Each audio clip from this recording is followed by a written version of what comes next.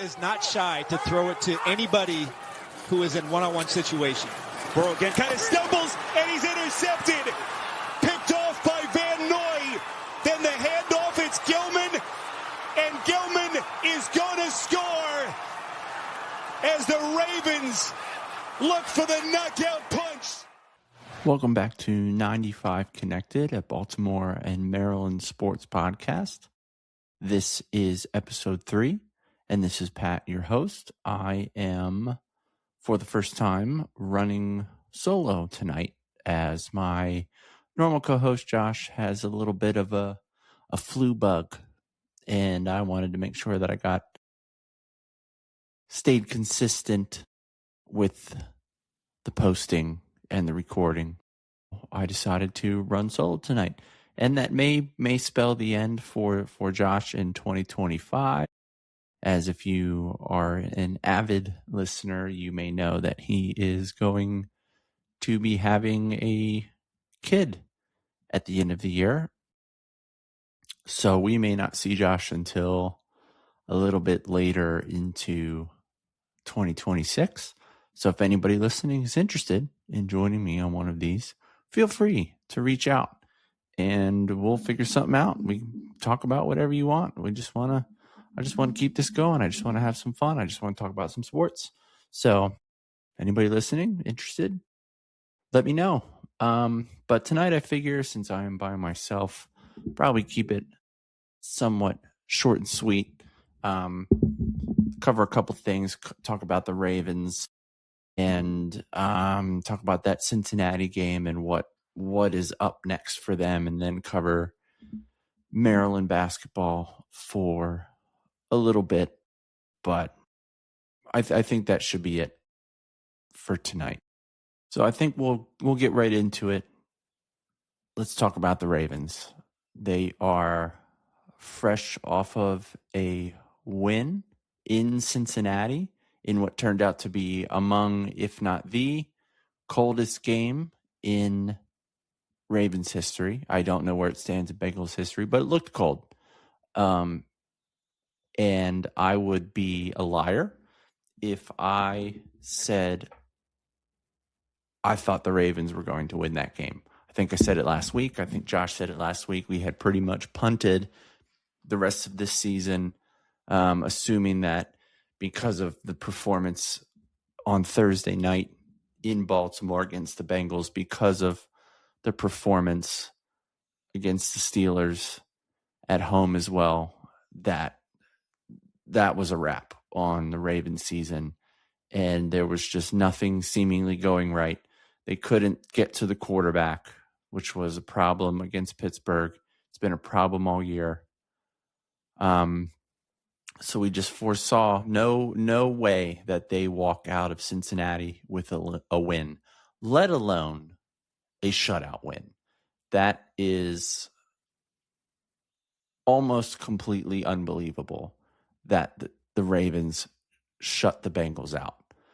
Even though the Bengals have been struggling this year, especially on defense, I don't think anybody would have thought at all that the Bengals would score 0 points, despite the Ravens playing better defense the last third of this year, despite weather conditions, whatever you may say could be a reason for that. But I just don't think anytime any professional football team scores 0 points, it's something that is just odd, unless you're the Raiders, who seem to do it all of the time. But like I said, I would be if I said I thought that was going to be a win. I still think there is some left to be desired by this Ravens team, despite that win. I still think they need to do better at getting to the quarterback. It looks like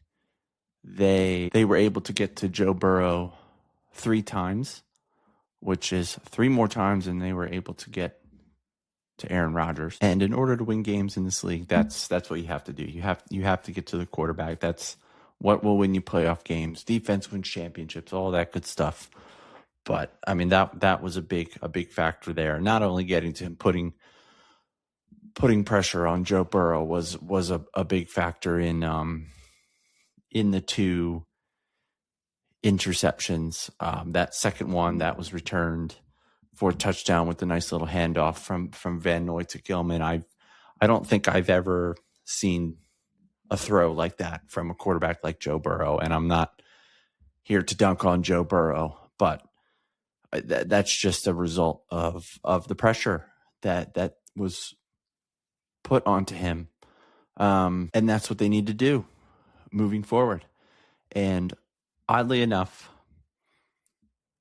despite a 1-5 start, despite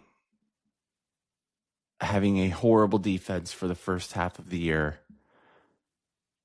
a down year from Lamar Jackson, a down-ish year from Derrick Henry, definitely down in comparison to last season. Despite all of that, the Ravens control their own destiny somehow. Now, the somehow is because the Steelers are the Steelers that they have been for the past however many years, where they're going to hover around 500. They're going to win some games they're not supposed to. They're going to lose some games they're not supposed to. And I want to say they have allowed the Ravens to hang around, but in reality, it's the opposite. It's the Ravens have put themselves in this position by having that slow start. So it's just crazy that this is where the AFC North sits. You have the team who was expected to run the table, to be a Super Bowl favorite, easily a division favorite. They are now back in control. But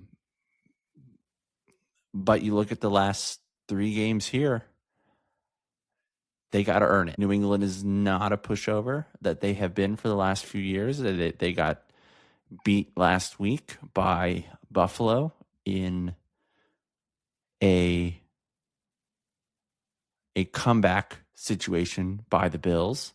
A 21-0 deficit that the Bills had came all the way back to win that game, which we've seen that song and dance before by the Bills against the Ravens in a much shorter time period. So, but that's not to say that New England team is a bad team. They're obviously not a bad team. They lose week 1 to the Raiders, who was the worst team in football. But pretty much since, I think they started 0-2, since then they've been among the most consistent. They've been at the top of their division pretty much all year. They're fighting for a 1 seed at this point. It may be out of reach, but they're fighting for the division now. They're fighting for a home game. So they're going to come in to Baltimore, and they're going to try to win that game. They're in the playoffs, but they're not going to sit idly by on prime time, Sunday Night Football, and not try to play their best game. So it starts now. The Ravens have control of their destiny, and dadgummit, they got to do it. Now, in my opinion, I find this to be a must-win game. But by the literal definition, it is not. They can still drop a game here, depending on what the Steelers do, but they can drop a game because they finish in Pittsburgh. And there are many, many scenarios in these last 3 weeks where, as long as they beat Pittsburgh, they'll win the division. They'll go to the playoffs. They'll knock Pittsburgh out. But losing this first game will make that task much, much harder, because now you're hoping that the Steelers lose at Detroit, which is possible, but anybody who has watched any Steelers football in Steelers history, they know this is a game where they're not favored. They don't look like the better team, but they'll win. They just do that, and it's quite annoying, but it's just something that the Steelers do. So you can hope that they lose that game, and that gives you a little bit more wiggle room, but you can't think of it that way, and I don't think they're going to think of it that way. But from a fan's perspective, I think this remains a must-win game. Get this one out of the way, then you get to go to Green Bay. Sunday Night Football again, 2 prime times in a row. We talked about last week when we had given up on the season, how we said, you know what? If you lose in Cincinnati, just sit Lamar because you don't want him to have to deal with Michael Parsons. Well, in a horrible fashion, Michael Parsons won't be there. So now you have an opportunity because, frankly, without Michael Parsons, I find the Packers to be pedestrian. I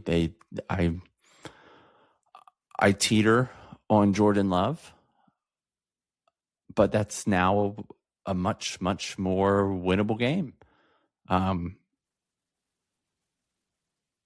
if you win those 2 games, again, you're in control. But then if you drop that last game in Pittsburgh, almost like if whatever happens with the Steelers the rest of the year, you have to assume that they're not going to lose to the Browns. But you can win both these games and lose to Pittsburgh, and you lose. You lose the division, and you're out of the playoffs. So every game in here, while again not doesn't literally matter, it matters. You want to go in, you want to be one of those teams that goes into the playoffs hot. And they have an opportunity to do that. Are they going to? Time will tell. Like I mentioned earlier, I think an important thing is to make sure that, just thinking about the New England game coming up, you got to get to Drake May. You can't let him sit back in that pocket and find Hunter Henry and whoever else is out there. I haven't watched Patriots enough. I think Stephon Diggs is hurt. But you just can't let Drake May control this game. You have to get to him. And on the offensive side of the ball, I mean, if you look at the box score of the Bengals game, if you just look at the Ravens' offensive side of the ball, it's not that inspiring. 150 yards passing, 189 yards rushing, which is great. But one of the touchdowns is a defensive touchdown. And if anybody thinks about that game, it wasn't an offensive game. They scored 24 points, but it was they played mediocre on that side of the ball. They just happened to shut the Bengals out. So you have to hope that they can get that running game going. They can keep it going. They can rush for 200 yards, throw for, I would hope, a little bit more than 150, maybe get 400, 450 yards of total offense, score a few touchdowns. They're in good shape. But in order for that to happen, Zay Flowers needs to catch the ball. They need to make sure that they're giving Derrick Henry the ball. Looking at this again, he had 100 yards rushing, but he only had 11 carries. Most of that came on one run. About a quarter of that came on one run. He needs to get the ball. You need to run the ball. The receivers need to catch the ball. It sounds so simple. It sounds like I'm just some kid trying to tell professional football players to do the basics, but that's what they need to do. And if they don't, they're going to look at this playoff bracket in the AFC. And they're going to look at Jacksonville They're going to look at Houston. They're going to look at, right or wrong, they're going to look at Buffalo and say, we had them. We had them beat. We know we can beat them. Depending on how this Patriots game goes, you might look at the Patriots and say, we had them beat, or we beat them. Denver's not that inspiring. There's no Kansas City. The Patrick Mahomes roadblock is out of the way. If there was any season where you had a chance to run the table in the playoffs, this was the one. But just like the Chiefs, you didn't capitalize in the regular season. Now, unfortunately for the Chiefs, because of the way that their division has worked out, with Denver being 12-2, they're out. And Los Angeles being 10-4, they're out. But because Pittsburgh has been the same Pittsburgh that they've been for the last few years, the Ravens are still hanging around. And I don't think they can blow this opportunity. And if you look at Vegas, if you look at betting lines all year, even when the Ravens were 1-5, even when it was clear Lamar Jackson wasn't healthy and Derrick Henry wasn't getting the ball, they were going into these games favored, which was mind-blowing. But it's because the bettors say it's Lamar Jackson, it's Derrick Henry. They have to win these games. They have to start winning these games. And they have. But again, it's been underwhelming, uninspiring, but they have the opportunity. It is right in front of them, and they are in control. And if they don't pull through, the elephant in the room is John Harbaugh. What do you do with John Harbaugh? And I think the answer to that question should be obvious, which is he's gone. I don't foresee a future that makes any sense where the Ravens miss this year's playoffs and John Harbaugh continues as the head coach. Crazier things have happened, but I just can't. It would need to be very, very much explained to the fan base, to everybody in general. Why is that guy still here? He won a Super Bowl. They were the best team in football for a long time. Well, I shouldn't say that. They won the division numerous times. Had the best team in football, we'll call it 2 or 3 times. Won a Super Bowl. But we are approaching the middle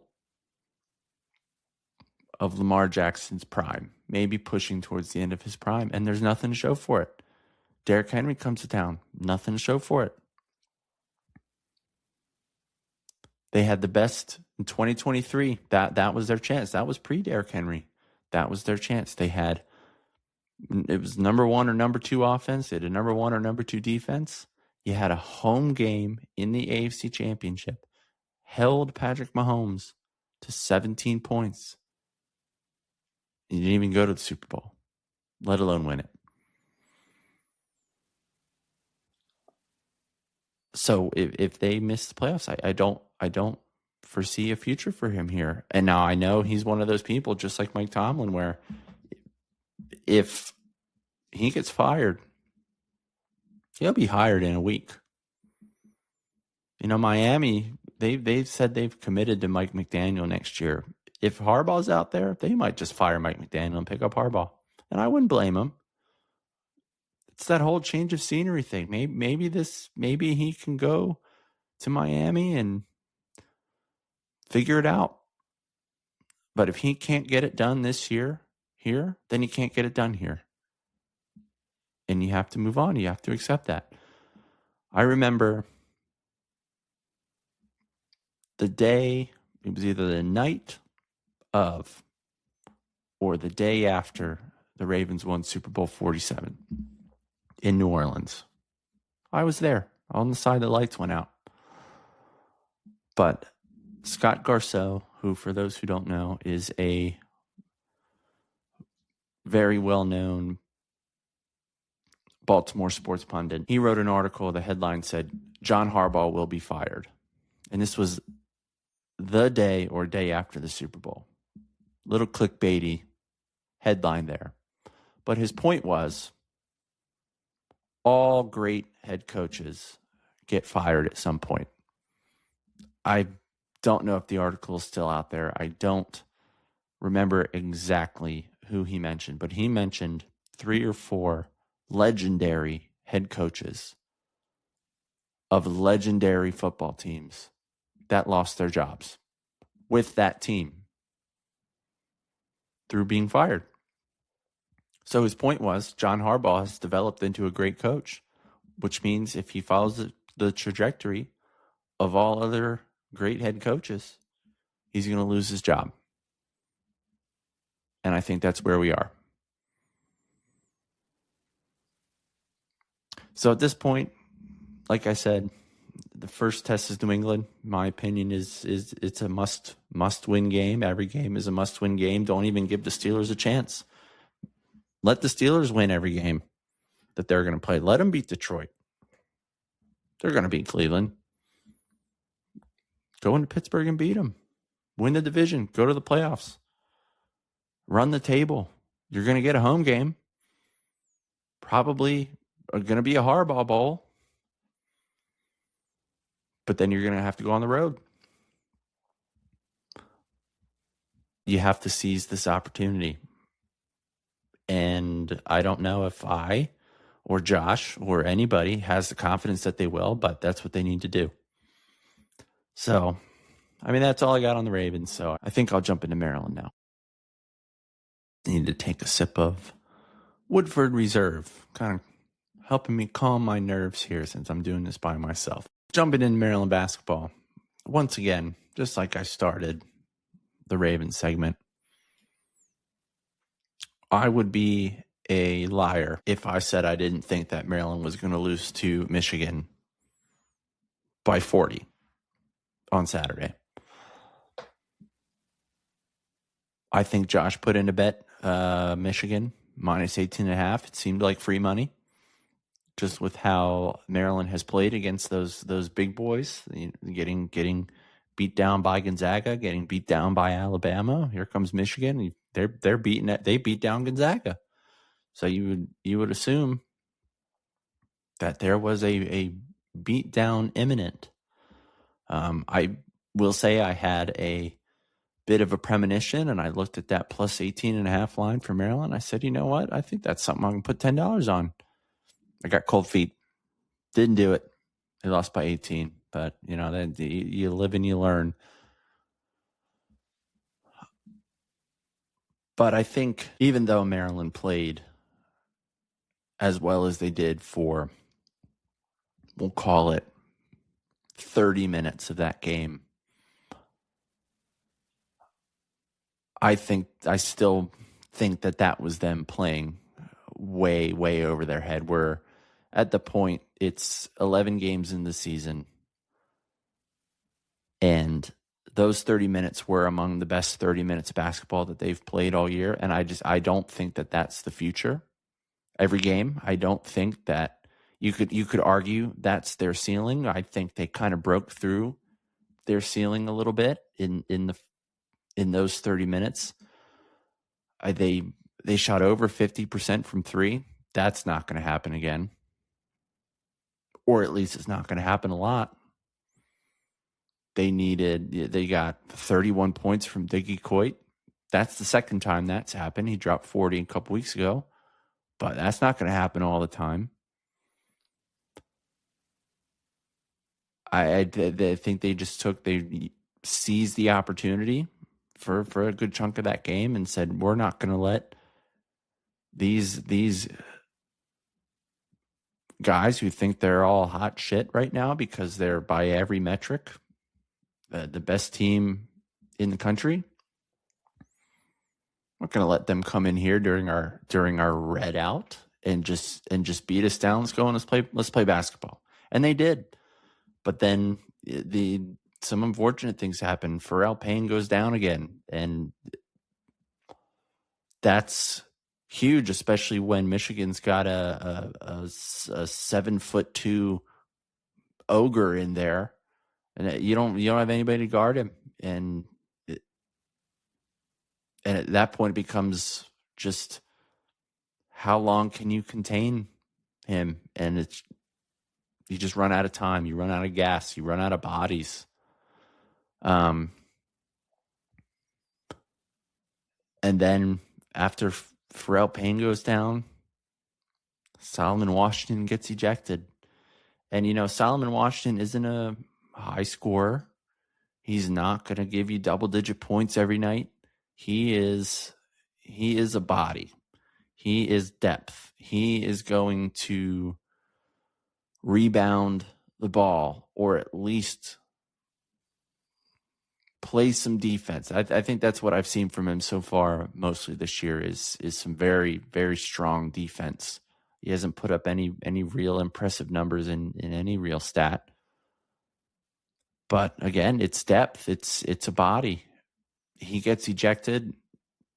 Now you're down two big guys. And not only do they have that 7-foot whatever Shrek in there who's flopping all over the place trying to get calls, they have this fella, Yaxel Lendenborg, who, if it weren't for the existence of Cam Boozer, I think he would be a runaway Player of the Year winner.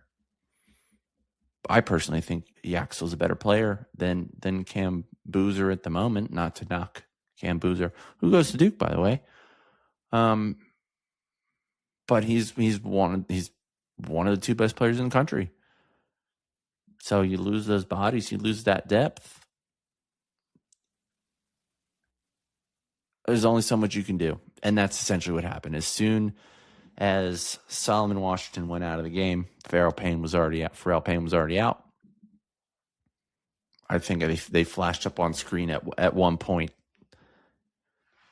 Maryland had the lead when Solomon Washington went out. And Michigan immediately went on a 22-7 run. And Maryland was still in it at that time, but then it just became too much. And they just couldn't hang. They covered. That's good. But that game was probably the toughest test left on their schedule. I mean, the ones you think about next on Saturday, they're going to Virginia, who is ranked, and I think you would hope that's a winnable game. We'll see if you play 80% as well as you played to start against Michigan. I think that's a winnable game. But then it's Big Ten play, with the exception of a weird game against Old Dominion. It's Big Ten play the rest of the way. They didn't look good against Iowa. You would have to assume they're going to win some of these games. Buzz Williams said at the beginning of the year, we're going to win some games we're not supposed to. We're going to lose some games we're not supposed to. I'm not sure they've lost a game they're not supposed to yet. Almost did against Mount St. Mary's, but it's just looking like a year where it's just not in the cards. The only way that there is any tournament hopes is to win the conference, and I just don't think they have it. They would have to put together a legendary conference tournament run. They're going to be one of those first teams to play in the tournament. It looks like they're going to be bottom of the Big Ten. You got to hope that this injury to Pharrell Payne is not a season-ending one, but we won't know until 3 hours before the game Saturday when the injury report comes out. I mean, that could be it. That could be the season decider because they don't have a replacement for him. He's their best player, and you can't rely on Diggy Coit to shoot as well as he did and score 30, 40 points a game. So at this point, you just kind of look at this Maryland team and go, all right, win some games. So, make it interesting, at least. Don't only win 3 games in the Big Ten. Go into Michigan State and give them a game. Let Purdue come to town. Fight them like you did for 2/3 of Michigan. Maybe go beat Illinois. Maryland doesn't lose to Illinois. Whether it's in Illinois or in Maryland, they don't lose to Illinois. Go beat them. Stop losing to Penn State. Make it interesting. That's essentially where I think everybody's head is at with Maryland basketball. And if you want to tune out, I get it. I can't physically tune out from this team. That's kind of a disease of mine. But if you want to tune out, there's leading up to that game against Michigan, there was a lot of good basketball on that day. Even a game that looked as innocuous, as inconspicuous as Penn State, Michigan State, excellent basketball game. So there's a lot to watch. Unfortunately, Maryland's not one of them. And I don't know if they will be, especially if Payne is either out for the year or out a significant amount of time. I'd say my hopes from this point, again, are win some games, make some interesting. I would like to see a little bit more out of Mr. 5-star Darius Adams. I like what I see so far from Miles Rice. I'd like to see a little bit more out of Andre Mills. He gets significant time. Not really a big scorer there. Not really doing much. I think I want to see more. I'm intrigued by how much time George Turkson got. He had a couple silly fouls there. Elijah Saunders is intriguing as a big man down there. But other than that, there's not much else. So I think that's it. And if you look at all of the ratings, Ken Palm, 99th. The only Big Ten team that is worse is Minnesota. I'm scrolling. That's it. The net ratings, Maryland is 163rd in net behind Toledo, Robert Morris, Youngstown State, Iona, Loyola Marymount, Montana State, and so on. So the computers don't like them. It's not in the cards. On to next year. Baba's coming to town. Maybe you can hold on to Darius Adams. I said the first episode I didn't know if Pharrell Payne has any eligibility left. He doesn't. He's gone.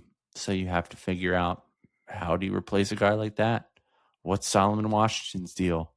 And just with the way college basketball and college sports in general is going, this team's going to be mostly different next year because most teams are mostly different. So hopefully these guys coming in are as good as advertised. Hopefully they can hit the portal and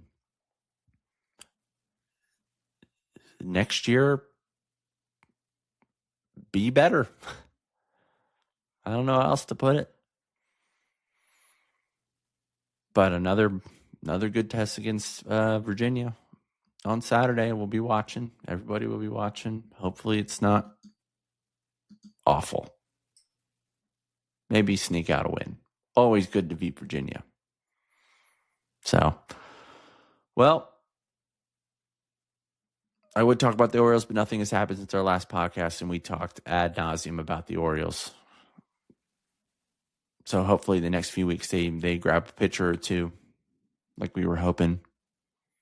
Go into spring training with that full team. Get ready to make a run. Supplant the Blue Jays.